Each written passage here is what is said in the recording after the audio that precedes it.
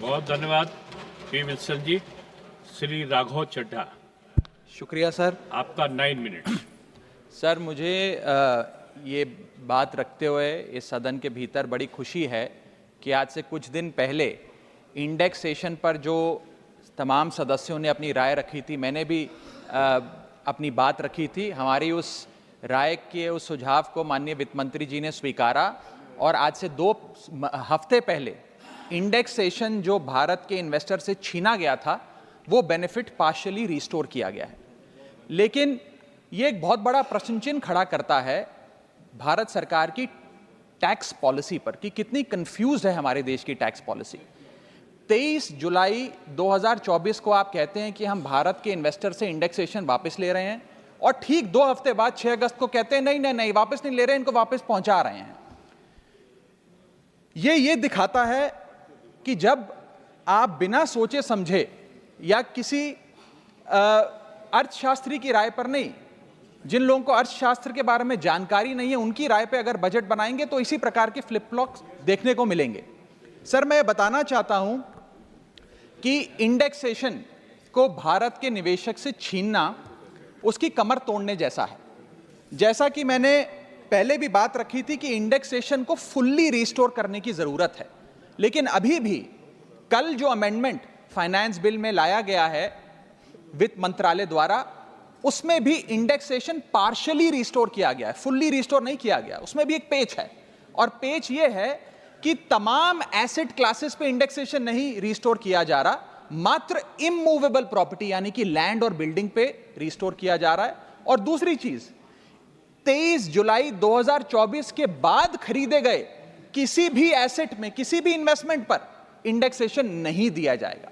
मैं आज आपके माध्यम से सरकार से मांग करूंगा कि इंडेक्सेशन को फुल्ली रिस्टोर किया जाए, सारे एसेट क्लासेस पर रिस्टोर किया जाए और 23 जुलाई 2024 के बाद खरीदे गए, बाद निवेश किए गए एसेट क्लासेस में भी इंडेक्सेशन का बेनिफिट मिलना चाहिए। और इंडेक्सेशन के बेनिफिट से खिलवाड़ करना, एसेट क्लासेस से इंडेक्सेशन को समाप्त करना एक बड़ा सवाल खड़ा करता है कि क्या हमारे देश की वित्त मंत्री इन्फ्लेशन एडजस्टेड प्रॉफिट्स में विश्वास नहीं रखती?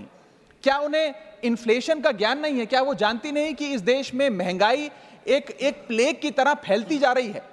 और इसी के साथ साथ मैं एक उदाहरण के माध्यम से आपको बताना चाहूंगा सर कि अभी भी इंडेक्सेशन जो पार्शियली रिस्टोर किया गया है उसमें भी कितने फ्लॉज हैं। उदाहरण के तौर पे आप एक इन्वेस्टमेंट करते हैं गोल्ड में, सिल्वर में या किसी एक एसेट क्लास में जिसमें इंडेक्सेशन का बेनिफिट इन्वेस्टर को मिला करता था। आपने 1 करोड़ का इन्वेस्टमेंट एसेट ए में किया 31 मार्च 2001 को और उसके ठीक अगले दिन 1 अप्रैल 2001 को एसेट बी में भी 1 करोड़ का इन्वेस्टमेंट किया। वो दोनों एसेट 7% CAGR के हिसाब से, कंपाउंडेड एनुअल ग्रोथ रेट के हिसाब से बढ़ते रहे और आज वर्ष 2024 में उन दोनों इन्वेस्टमेंट्स की आज वैल्यू 5 करोड़ रुपए ईच है। अब आप ये दोनों एसेट ए और एसेट बी बेचते हैं बाजार में वर्ष 2024 में और दोनों पे अलग अलग टैक्स आपको देना पड़ता है। ये मैं आपके सामने दर्शाना चाहता हूं। जब आप एसेट ए बेचते हैं जो आपने 31 मार्च 2001 को खरीदा यानी कि 1 अप्रैल 2001 से पहले, तो आपको इंडेक्सेशन का फायदा मिलेगा। यानी कि आपका सेल प्राइस होगा 5 करोड़, आपका परचेस प्राइस है 1 करोड़, लेकिन इन्फ्लेशन एडजस्टेड परचेस प्राइस आपका 3 करोड़ 63 लाख माना जाएगा। यानी कि 5 करोड़ माइनस 3 करोड़ 63 लाख, आपका प्रॉफिट हुआ 1 करोड़ 37 लाख। उस 1 करोड़ 37 लाख पे 20% के हिसाब से आपको 27 लाख 40 हजार रुपए टैक्स देना पड़ेगा अगर आप एसेट ए बेचते हैं। लेकिन जब आप एसेट बी बेचते हैं जिस पे आपको इंडेक्सेशन का फायदा नहीं दे रही सरकार, क्योंकि वो आपने अगले दिन दूसरे वित्तीय वर्ष यानी कि 1 अप्रैल 2001 को खरीदा, तो आपकी सेल प्राइस है 5 करोड़, आपकी परचेज प्राइस है 1 करोड़, आपका मुनाफा हो गया 4 करोड़ का और 4 करोड़ पे 12.5% के हिसाब से आपको टैक्स देना पड़ेगा जो कि है 50 लाख रुपए। यानी कि एसेट ए जो आपने 31 मार्च को खरीदा 1 करोड़ का 31 मार्च 2001 को और आज आप उसे 5 करोड़ का बेचते हैं तो आपको मात्र 27 लाख रुपए इनकम टैक्स देना पड़ता है। लेकिन जो अगले दिन आपने 1 करोड़ रुपए का निवेश किया 1 अप्रैल 2001 को और उसको 2024 में बेचते हैं तो उस पर 50 लाख रुपए का टैक्स देना पड़ता है। सिर्फ एक दिन के भीतर आपका टैक्स लायबिलिटी 27 लाख से बढ़कर 50 लाख हो जाती है। यह है इंडेक्सेशन का खेल। इसलिए मैं सरकार से अनुरोध करूंगा कि इंडेक्सेशन को सारे एसेट क्लासेस पे रिस्टोर करना चाहिए और कोई कट ऑफ डेट 23 जुलाई के पहले खरीदा गया एसेट और 23 जुलाई 2024 के बाद खरीदा गया एसेट, इस प्रकार की कट ऑफ डेट नहीं होनी चाहिए। Sir, inflation is taxation without legislation. महंगाई वो दीमक है जो हमारे देश को खा रहा है, इसीलिए हम इन्फ्लेशन एडजस्टेड रिटर्न्स पे इनकम टैक्स लगाते हैं। और अगर हम ये सोच रहे हैं कि कल की जो अमेंडमेंट हुई इससे रियल एस्टेट मार्केट में को बड़ा उछाल आ जाएगा, तो ऐसा नहीं आने वाला। सर, आज हमारे होम बायर्स हो या इन्वेस्टर्स हो, वो रियल एस्टेट खरीदने से बचेंगे, क्योंकि 23 जुलाई 2024 के बाद खरीदा गया जो भी एसेट है उस पर तो इंडेक्सेशन मिलेगा नहीं। आपने मात्र 23 जुलाई से पहले खरीदे गए एसेट्स पे इंडेक्सेशन दिया। और इसी के साथ साथ एक बहुत बड़ी रीसेल मार्केट हिंदुस्तान में रियल एस्टेट की, क्योंकि हर व्यक्ति नया घर नहीं खरीद सकता, इसलिए रीसेल होती है। रीसेल मार्केट में भारी गिरावट देखी जा रही है। जब मकान बिकेंगे नहीं तो रेंटल इनकम बढ़ेगी। लोगों के मकानों के किराए में एक भारी उछाल देखा जा रहा है, लोगों का खर्च बढ़ने वाला। और इसी के साथ साथ जो फॉरेन इन्वेस्टमेंट भारत के रियल एस्टेट में होता है वो भी गिरने वाला है, ऐसी मैं आज इस सदन में भविष्यवाणी करता हूं। इसके साथ साथ रिटेल इन्वेस्टर यानी कि भारत के मिडिल क्लास की कमर तोड़ने का काम सरकार ने कैसे किया। एक ही बजट में शॉर्ट टर्म कैपिटल गेन को 15% से बढ़ाकर 20% कर दिया और उसी बजट में लॉन्ग टर्म कैपिटल गेन को 10% से बढ़ाकर 12.5% कर दिया इक्विटी पे और अन्य पदार्थों पे।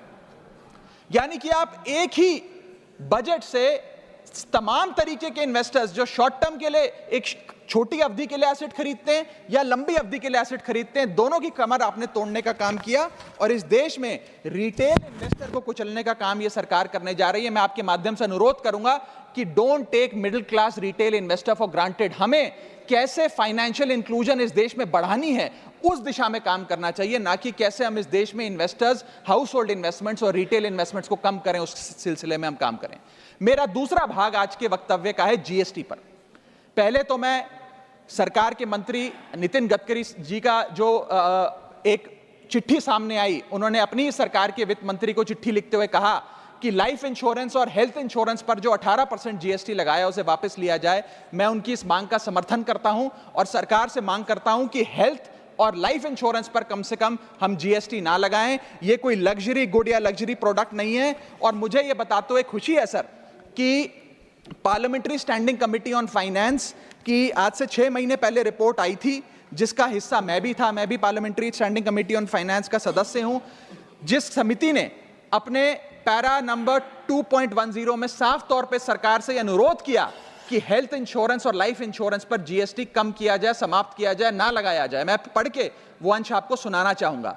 The committee feels that there is a need to rationalise the GST rate on insurance products, especially health and term insurance, which is 18% at present. The high rate of GST results in a high premium burden which acts as a deterrent to getting in insurance policies. The committee, with a view to make insurance more affordable, recommends that GST rates applicable to health insurance products, particularly retail policies, etc., should be reduced. हमारा ये प्रयास होना चाहिए कि एक परिवार, sir बस समाप्त कर रहा हूं, अभी तो मेरा समय रह गया, 1-2 मिनट आप थोड़ा ज्यादा दे दीजिएगा तो सर कुछ फर्क नहीं पड़ेगा, मैं अपनी बात समाप्त कर लूंगा। हेल्थ इंश्योरेंस पे और लाइफ इंश्योरेंस पर हमें टैक्स समाप्त करके लोगों को इंसेंटिवाइज करना चाहिए कि ज्यादा से ज्यादा परिवार भारत के हेल्थ इंश्योरेंस के कवर में आए, लाइफ इंश्योरेंस के कवर में आए। जो मैं सरकार से मांग करूंगा। और सर एक बड़ा इंपॉर्टेंट पहलू मैं आपके सामने हाईलाइट करना चाहूंगा। इस देश में इन्फ्लेशन पर भी जीएसटी लग रहा है। वो कैसे लग रहा है? एक प्रोडक्ट जो 100 रुपए का बिकता था उस पे 18% जीएसटी हुआ करता था। आज वो वस्तु महंगी हो गई, 100 से 150 रुपए की बिकने लगी, अब 18% 150 रुपए पे लगने लगा। यानी कि 50 रुपए की जो महंगाई है उस पर भी सरकार जीएसटी लेने लग गई है, which is GST on inflation. मैं चाहूंगा कि सरकार इस पर विचार करे। और अंत में सर अपनी बात समाप्त करने से पहले एक और दिलचस्प मुद्दा आपके समक्ष रखना चाहूंगा, which is problem of multiple taxation. हम लोग एक ही चीज पर न जाने कितनी बार टैक्स भरते हैं। जैसे कि जब आप पैसा कमाते हैं तो इनकम टैक्स भरते हैं, उस इनकम से आप गाड़ी खरीदते हैं तो गाड़ी खरीदने पर जीएसटी देते हैं। जब गाड़ी खरीदते हैं तो रोड टैक्स भी सरकार आपसे वसूलती है, फिर रोड डेवलपमेंट सेस भी आपसे लेती है। अब आप मोटर इंश्योरेंस भी कराएंगे गाड़ी का तो उस पर भी जीएसटी लेती है, और उसके बाद आप जब पेट्रोल या डीजल भरवाएंगे उस पर भी सेस और वैट लेती है, और अंत में जब आप अपनी गाड़ी को सड़क पर चलाएंगे तो टोल टैक्स के नाम पर जनता से पैसा वसूलती है। That is multiple taxation points. इतने सारे टैक्सेशन ओवरलोड कर कर हम इस देश के आम आदमी का खून चूस रहे हैं सर। और सबसे बड़ी प्रॉब्लम इस देश की आज जो बनती जा रही है आम आदमी के लिए वो है टोल टैक्स। सांसद और मंत्री को टोल टैक्स नहीं देना पड़ता, हमें छूट है टोल टैक्स से, लेकिन इस देश के आम आदमी को हर जगह टोल टैक्स देना पड़ता है। एक रिपोर्ट के मुताबिक हाईवे पे 2 रुपए प्रति किलोमीटर का टोल टैक्स इस देश के आम आदमी को भरना पड़ता है। और अंत में अपनी बात खत्म करूंगा मैं एक कविता सुनाकर, थोड़ा सा सर और इंडल्जेंस चाहूंगा। और इस टैक्स रिजीम के बारे में 4 पंक्तियां लिखी हैं सर, मैं आपके सामने पेश करना चाहूंगा। सरकार का एक सूत्री मिशन है टैक्स, सरकार का कमीशन है टैक्स। जगने पे टैक्स, सोने पर टैक्स, हंसने पर टैक्स, रोने पे टैक्स, खाने पे टैक्स, पीने पे टैक्स, बच्चों की पढ़ाई पे टैक्स, बुजुर्गों की दवाई पर टैक्स, फसलों की बुआई पे टैक्स, ट्रेन और यात्रा हवाई जहाज पर टैक्स, खरीदने पर टैक्स, बेचने पे टैक्स, फैलने पे टैक्स, समेटने पे टैक्स, सड़क पे टैक्स, आसमान पे टैक्स, गाड़ी पे टैक्स, मकान पे टैक्स, सपनों पर टैक्स, अरमान पे टैक्स, खुशी पर टैक्स, मुस्कान पर टैक्स, दिन रात की गाड़ी कमाई पर टैक्स, किताब पर टैक्स, सियाही पर टैक्स, सब्जी पर टैक्स, मिठाई पर टैक्स। सरकार जनता से वसूल रही है बीजेपी से दिल लगाई पर टैक्स। बहुत बहुत शुक्रिया। धन्यवाद। नेक्स्ट श्रीमती